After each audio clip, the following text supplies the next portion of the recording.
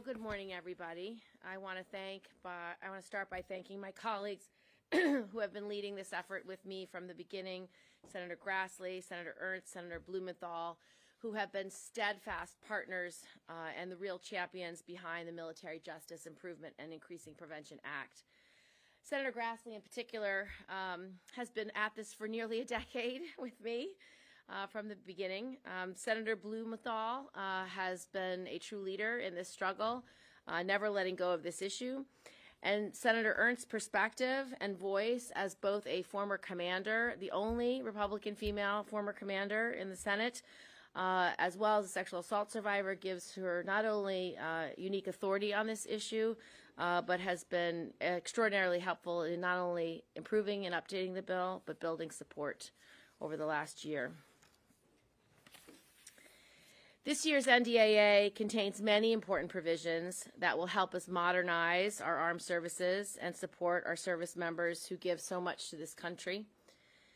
And it's a product of hard work that was done in a bipartisan manner.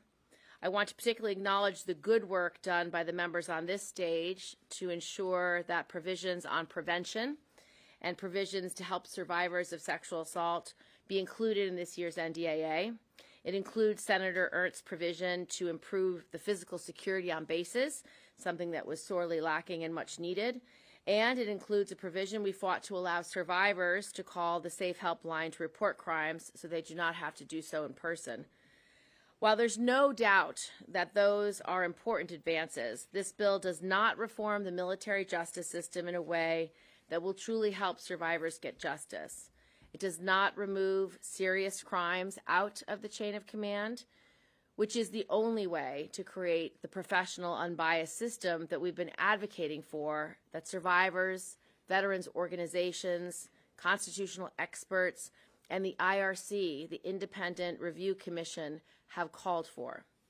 To quote Secretary Austin's own panel, the DOD's Office of the Special Victim Prosecutor structure must be seen as independent of the chains of command of the victim and the accused all the way through the secretaries of the military departments.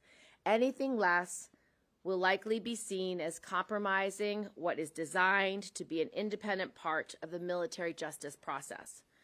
But under this NDAA, the commander remains the convening authority, a central role to the military justice system. Every single court-martial will still begin with the words, "This court-martial was convened by order of the commander." Commanders can still pick the jury, select the witnesses, grant or deny witness immunity requests, order depositions, and approve the hiring of expert witnesses and consultants. And they can also continue to allow service members accused of crimes the option of separation from service instead of facing court-martial, a total denial of justice. When the commander is so deeply involved in a case, there's no independence for the prosecutor, and there's no perception of independence for the accused or the accuser. Dividing these responsibilities further between the commander and the prosecutor will add layers of bureaucracy, slowing the process down and making it longer for survivors to seek justice and to see justice. These reforms also fail to draw a bright line at all serious non-military crimes. That bright line is critical because it's what helps avoid creating the so-called pink courts, focused solely on sex crimes, which only further stigmatizes survivors, something survivors have specifically asked us to avoid doing. Drawing that bright line also avoids creating an inherent inequality in the military justice system. Every victim and accused offender in these serious cases should be treated equally and have access to a system that is both professional and unbiased. The majority of our colleagues have recognized that. Our bill has the support of a bipartisan filibuster-proof majority in the Senate and a majority in the House. But the will of those members was ignored in the NDAA where committee leaders stripped out reforms from the bill behind closed doors, despite assurances that they would follow regular order. A problem as serious as this one deserves serious consideration.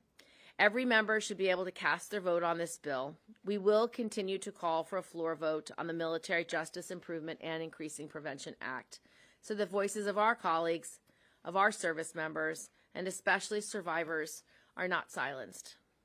The good news is that both Majority Leader Schumer and Speaker Pelosi support not just this bill, but having a standalone vote on it. So there is a path forward, and we will keep taking it.